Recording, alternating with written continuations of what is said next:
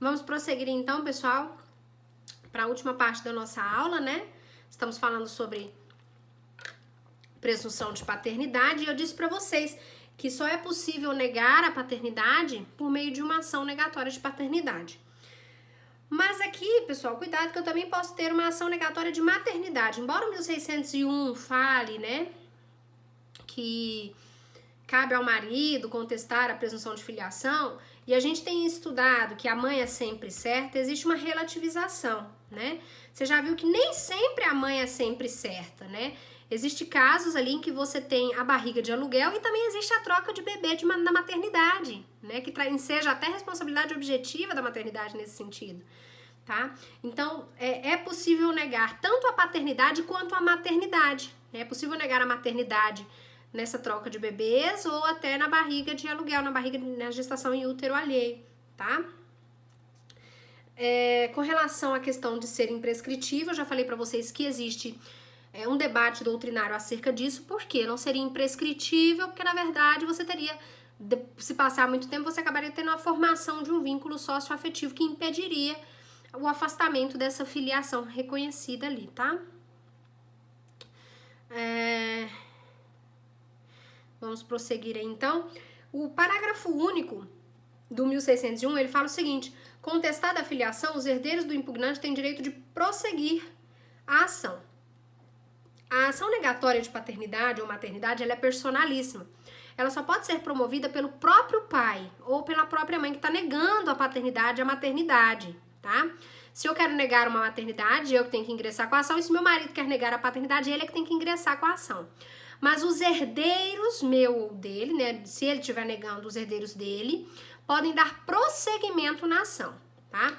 Então, se o pai morre sem negar a paternidade, os herdeiros dele não podem entrar com essa ação no lugar dele, porque é uma ação personalíssima. Mas se ele já ingressou com a ação e morreu no curso da ação, os herdeiros eles podem dar continuidade a essa ação, tá certo?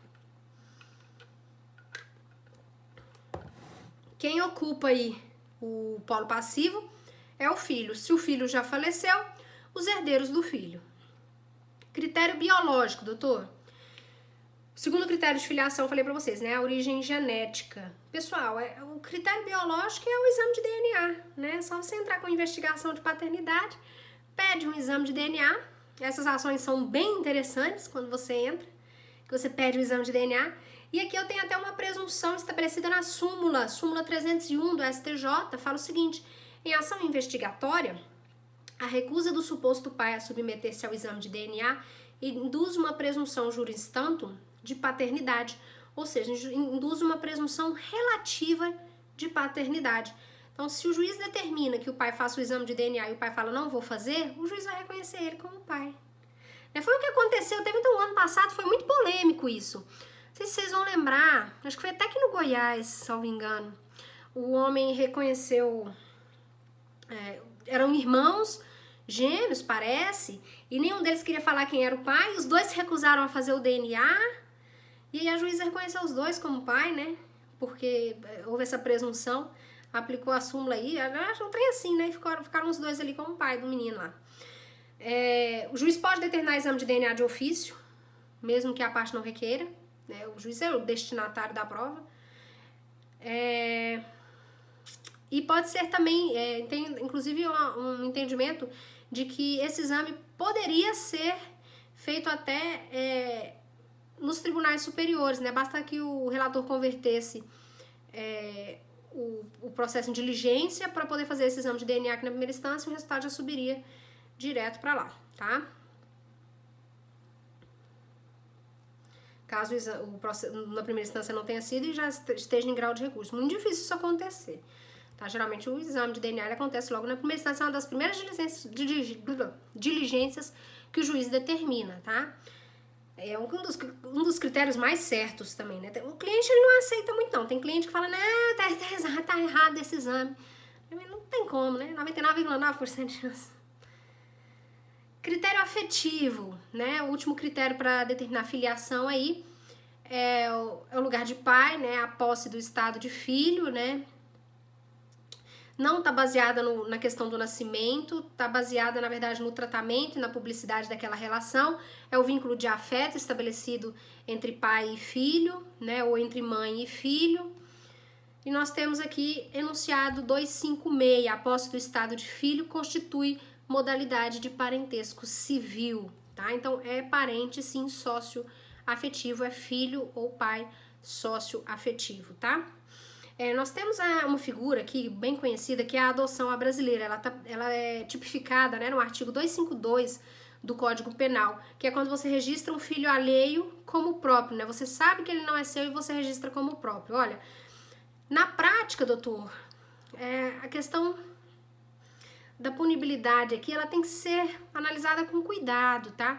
Porque muitos juízes não aplicam a pena da adoção à brasileira por você ter, muitas vezes, um critério de honra, uma questão da pessoa reconhecer um filho como seu por uma questão de afeto, de nobreza, né? Eu até sei que não é meu filho, mas eu registrei porque não tinha ninguém para ser pai daquele menino, eu fui nobre nesse ato, né? Por razão até mesmo por você ter ali uma filiação socioafetiva configurada claramente, tá? Então, você não consegue afastar isso com facilidade hoje em dia, não, tá? Essa filiação. E aí acaba que muitas vezes você não consegue ter uma aplicação de pena no caso concreto, a depender, claro, do caso concreto, né? Mas existem casos, sim, que existe a punição da adoção à brasileira, mas em alguns casos isso fica um pouco afastado pela questão da nobreza do ato, né? Do critério ali honroso, né? De você registrar alguém, criar como filho, enfim. Alguns aspectos aqui, pessoal, que eu quero tratar agora com vocês sobre a questão do vínculo socioafetivo, tá? Recurso extraordinário 898, RE 898-060, de setembro de 2016, né, lá de Santa Catarina, é aquele RE que permite a multiparentalidade. Antigamente, você tinha assim, às vezes eu tinha um pai biológico, mas quem me criou foi meu pai socioafetivo. O pai biológico estava no registro. Mas eu queria ser reconhecida pelo pai socioafetivo, porque o pai socioafetivo é bem mais rico que o biológico. Às vezes você tinha critério de filiação determinado exclusivamente por uma questão de interesse, demandas frívolas no judiciário, pedindo a alteração da paternidade por critério de interesse patrimonial. E isso cessa com a questão da multiparentalidade.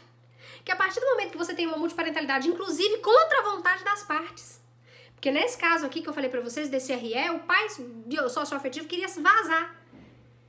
A lei vira e fala assim, não. Vem os dois. Os dois são pais. Tá? Não tem ali, você é pai porque você é pai socioafetivo e você é pai porque você é o pai biológico.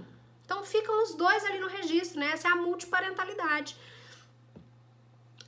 Não há hierarquia entre os critérios, já falei isso pra vocês. Professora, e quando você tem ali, até mesmo para evitar que o filho escolha qual pai, né? E quando você tem o que eu vou falar pra vocês? O pai socioafetivo que reconhece o filho, vamos lá. O pai vira pra mãe e fala assim, vou criar como meu. A mãe dá a luz, o pai, aliás, recapitulando aqui. O pai, ele acha que ele é o pai biológico, mas na verdade ele não é. Mas a mãe induz ele a achar isso. Ele tá vivendo ali com a mulher, uma união estável. Ela fala assim, nasce o filho, ela fala, você é o pai. Ele vai lá e registra como pai, acreditando ser o pai biológico. Passa um tempo, ele descobre que ele não é o pai biológico. Ele reconheceu a paternidade, mas houve um vício de consentimento ali, ele foi induzido ao erro. Seria possível anular esse registro? Pessoal, depende, tá? Eu já até contei esse caso pra vocês, eu perdi uma ação dessa porque o tribunal entendeu, o TJMG entendeu que não seria o caso de tirar o nome do pai, porque entre o direito do pai a não ser pai e o direito do filho a poder ter um pai, o direito do filho deveria prevalecer, tá? Ainda mais agora com a multiparentalidade, se você tem ali, mesmo que ele não seja pai biológico, se firmou entre eles uma relação socioafetiva, esquece. Você não consegue quebrar essa filiação socioafetiva, tá? Inclusive, eu queria até, sobre essa multiparentalidade, ler um pedacinho aqui para vocês do ministro Luiz Fux, tá? Nesse julgado da multiparentalidade, ele falou assim: a paternidade responsável, enunciado expressamente no 226, parágrafo 7º da Constituição, na perspectiva da dignidade humana e da busca da felicidade, olha, tanto que a gente falou de busca da felicidade, né? Impõe o acolhimento no espectro legal tanto dos vínculos de filiação constituídos da relação afetiva entre os envolvidos, quanto daqueles originados da ascendência biológica, sem que seja necessário decidir entre um e outro vínculo, né?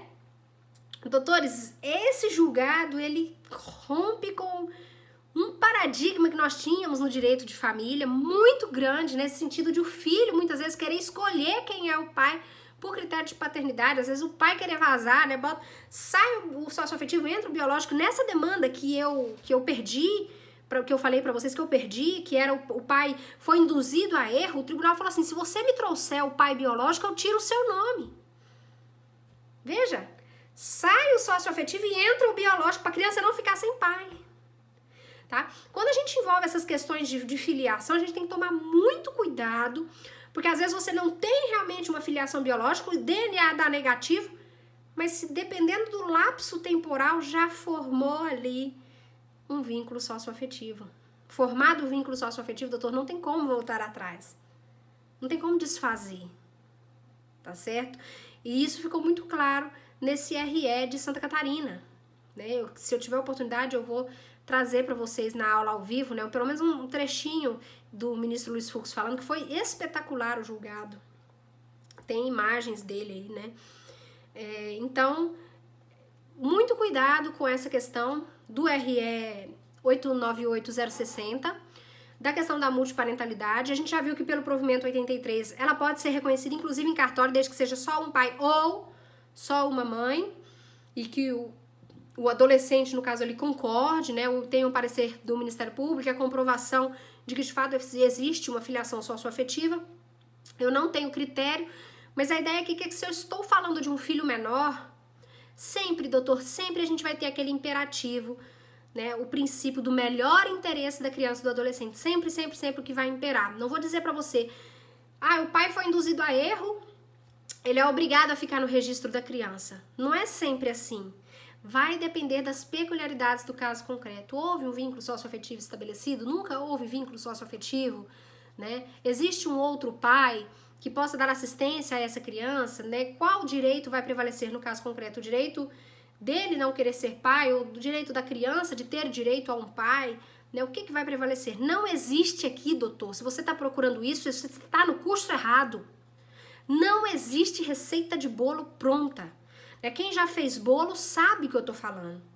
Cada vez que você faz um bolo, ele fica diferente. Nenhum bolo é igual ao outro. Você pode fazer a mesma receita, usar o mesmo forno. Nenhum bolo é igual ao outro. Aqui no direito também, nenhum caso é igual ao outro. Você sempre tem que analisar as peculiaridades do caso concreto, tá? Mas fica aí para vocês as observações com relação à filiação socioafetiva.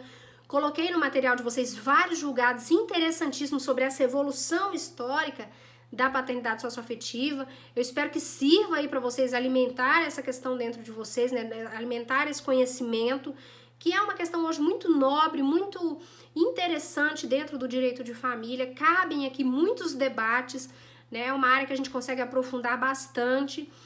É uma área que envolve, que mexe muito com as pessoas por tratar de uma questão de filiação, né? Você pode até não ser casado, mas filho de chocadeira tu não é, né? Então, toda vez que a gente trabalha filiação, ela envolve muita questão pessoal, né? Tem muitos alunos que acabam optando por fazer um TCC nessa área justamente pela vivência prática de uma filiação socioafetiva ou desse embate filiação biológica e socioafetiva, né? Se alguém estiver pensando em TCC, já fica a ideia do provimento, 83, para vocês, quem sabe, trabalharem sobre ele, né? E, enfim, é isso, pessoal. Espero que vocês tenham gostado da aula de hoje. Na aula que vem a gente vai falar sobre o reconhecimento da filiação, as formas que o pai tem de reconhecer um filho, né, as formas como que você pode reconhecer um filho aí, que é possível. Além desses critérios que a gente já viu, né, o critério biológico, enfim, a forma que tem como o reconhecimento de um filho, que pode ser por via judicial ou por via voluntária, e mais algumas questões bem interessantes relacionadas à filiação, tá certo? Então, até a próxima aula, um abraço no coração de vocês, beijinhos, tchau, tchau!